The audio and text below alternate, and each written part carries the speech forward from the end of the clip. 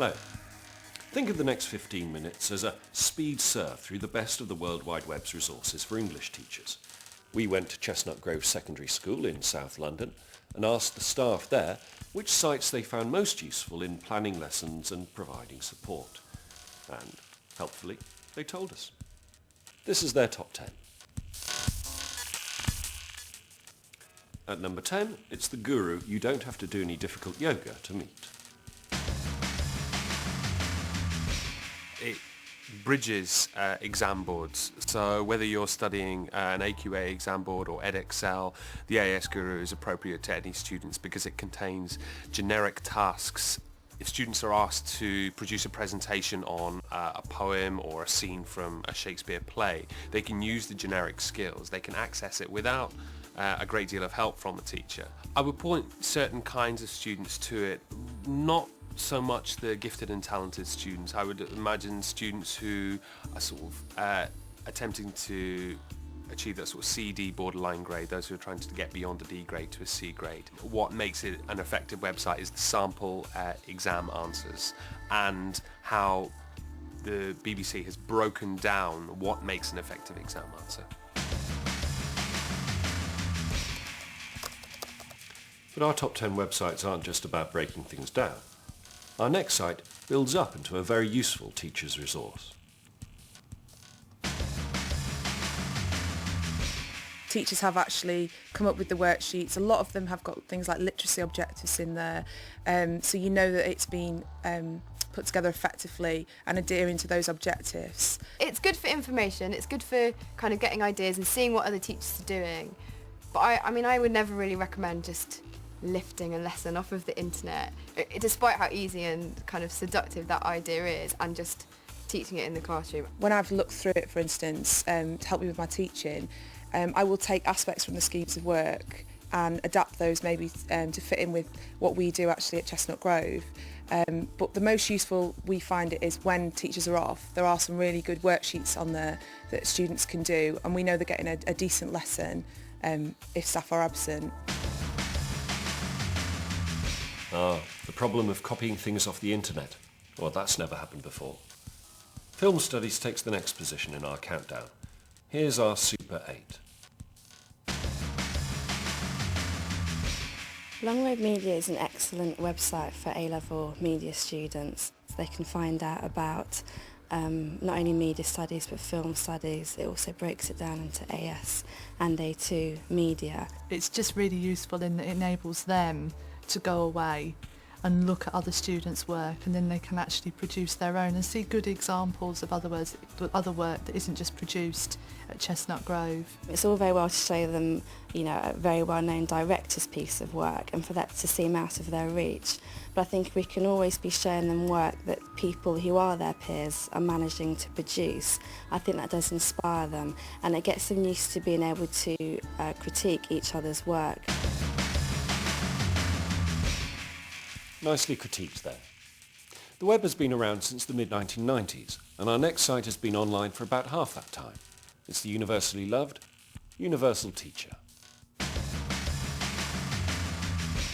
What Universal Teacher does, it provides you with a really comprehensive, almost revision guide, and as a teacher you can use that as the basis of your own understanding of the text. I think it's intended for students as well, but I think it's a certain type of student. I don't think it's accessible to all students, probably those who want to get an A or an A-star at GCSE. It really just breaks it down into the necessary sections. It's very geared towards assessment objectives, particularly at GCSE, and so you know that it's almost a comprehensive guide. From specific aids for teachers to a site that covers just about everything. Some bright spark came up with our number 6. In terms of differentiation, it can apply to any level of student. You've got the basic plot overviews that your perhaps lower ability students can access it and be able to get on with the reading. That it extends them right up to giving a contextual background for those pupils that are going for the higher grades. I think with SparkNotes the best way to approach it is, because it is so vast, is to go on to the website knowing really specifically what you are looking for. One particularly interactive aspect which I use in the classroom a lot, especially sort of plenaries to lessons, are the interactive multiple choice quiz, which you can do as a whole class and then you can mark there and then, which makes it, you know, a lot of fun. Fun is good. But sometimes students and teachers don't find fun in the same thing. You know what I mean? Yes, you do. Our next recommendation returns us to the world of film and media.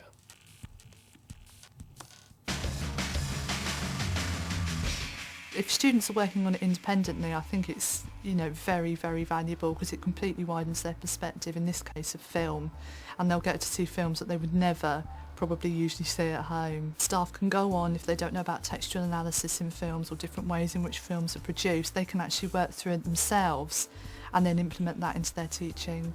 There's an area where obviously you can download study guides which have been produced. You can also, there's really good links to lots of other media related sites, and there's also a shop where you can buy excellent media related texts that are often quite hard to get hold of. Combining learning and shopping. What better use of time is there? Well, one might be going to our next site, the educational resource from The Guardian, Learn Premium. I think what makes Learn Premium so special is the ease with which you can differentiate the activities and resources that it contains. It also has a huge bank of resources, and it's also very specific to texts that are covered at Key Stage 3, Key Stage 4, Key Stage 5. The information, the way it takes you almost down on a scrolling basis. So you and it talks you through it as a teacher would. It explains it really, really clearly. It builds up that knowledge base quite effectively through short chunks of information followed by a task. Not only is the task set, there is a sample answer to that task, so there's lots of sort of independent work that is possible. We're approaching our top websites now, and at number 3 there's a destination specifically designed for those at the top of the achievement ladder. Steady up there. The thing that I use most off the London Gifted and Talented website is the In Between the Lines pathway. It's specifically for English and media students who are either at Key Stage 3 working kind of level 7, or it can also be used for GCSE media students. I'd use it anywhere when you have time to use it. Just get on it and do some revision. There's a range of activities based on some really interesting subjects like designer babies, homelessness, censorship in the media. They have a range of activities, just some simple text-based activities where you kind of have a transcript of a text and you just can write about it, but they also have video clips on there that you can edit down. They have images that you can crop so that it gets across a particular message, audio streams that you can kind of edit and adapt to make the kind of point of view, the opposite point of view. There's challenges for people to do as well. It shows you a clip and you have to write what is good about it, the impact it had and everything. The activities on there are difficult. They are for students who are level 6 and 7, and the idea is that they can work through it without any help. Young people talking about their work. I feel inspired by that. The best thing about the London Gifted and Talented website is the fact that if you subscribe, and it's free to subscribe, and get your students their own logins, then when they do their work they can submit it to an e-tutor, so you don't have to mark it.